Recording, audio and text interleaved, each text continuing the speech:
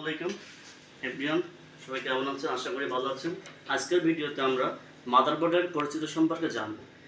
একটি কম্পিউটারের মাদারবোর্ডেরটা হচ্ছে একটি মূলত সার্কিট, যে সার্কিটের সিপিইউ এবং সার্কিট কন্ট্রোল কুলিং সব কিছু কম্পিউটারের যাবতীয় অংশ মাদারবোর্ডে সেট করা থাকে।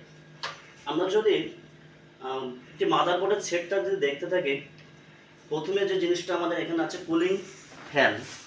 এই কুলিং ফ্যানের নিচে আছে থার্মাল পেস্টের নিচে আছে সিপিইউ, কন্ট্রোল প্রসেস ইউনিট। সিপিইউটার কাজটা কি আসলে আমরা যে মানুষ, আমাদের যেমন ব্রেন মস্তিষ্ক সব কিছু নিয়ন্ত্রণ করে, ঠিক তেমনই কম্পিউটারের সব কিছু নিয়ন্ত্রণ করে এই সিপিইউ। এই জন্য সিপিইউটা খুবই ইম্পর্টেন্ট।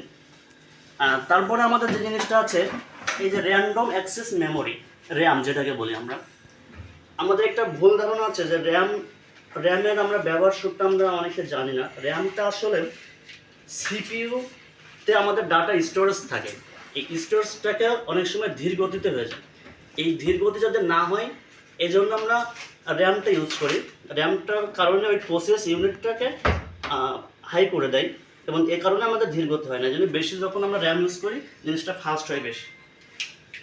তারপরে আমাদের এখানে যে ফ্যানটা রয়েছে, এই ফ্যানের সাহায্যে আমাদের এই যে যন্ত্রাংশগুলো আছে এইগুলো হিট যাতে না হয় এই জন্য ব্যবহার করা হয়।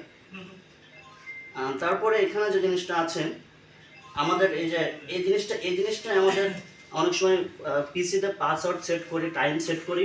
এই পাসওয়ার্ড টাইম সেট করার জন্য এই জিনিসটা ব্যবহার করা হয়। আমাদের এখানে যে জিনিসটা রয়েছে সিএমওএস, এর কাজটা টাইম সেট, পাসওয়ার্ড, এই সেট আপগুলো আমাদের এইটার কারণে হয়ে থাকে।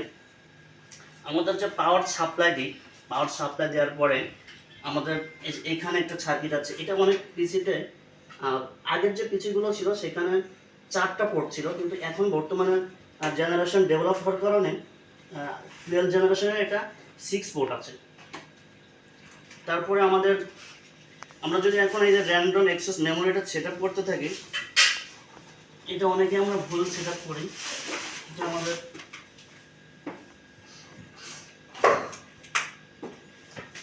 এভাবে আমরা সেট আপ করতে পারবো। দুইটাই সমান হইতে হবে। আমার দুইটা র্যান্ডম অ্যাক্সেস মেমোরি রয়েছে, অনেকের একটা থেকে আরও লাগাইতে পারবো, সমস্যা নাই। তারপরে আমাদের যে পোর্টগুলো ইউজ করি, ইউএসবি যে পোর্টগুলো ইউজ করি, এখানে মাউসের জন্য পোর্ট আছে, তারপরে কিবোর্ডের জন্য পোর্ট আছে, সাউন্ডের জন্য এই যে পোর্ট আছে, আরও অনেকগুলো সেট আপ আছে।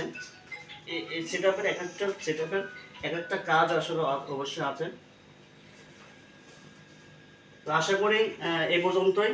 আশা করি আগামী ভিডিওতে আরও অনেক কিছু জানতে পারবেন।